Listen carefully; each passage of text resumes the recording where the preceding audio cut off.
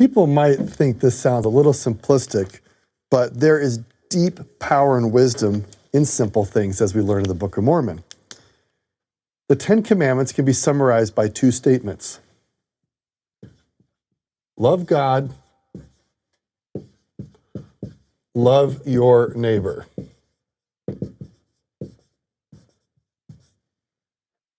If these two things were taking place here in the Book of Mormon, would all these wars have happened? No.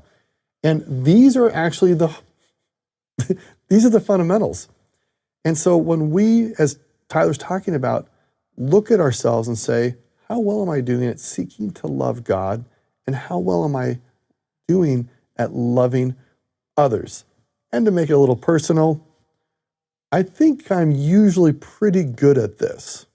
But this one, I've often talked to God like, if you could just change my neighbors a bit more, it would be easier to love them. And usually the change that I'm expecting my neighbors is actually first change in my own heart, that I need to be more open, well, not necessarily open, but more empathetic and understanding about other people and their weaknesses. But to get back on topic here, we can look at our own society today, and the problems we have in our society fundamentally come down to how well are we as individuals loving God and loving our neighbor. And we see the consequences in the Book of Mormon of what happens when people don't do one or don't do both of those things.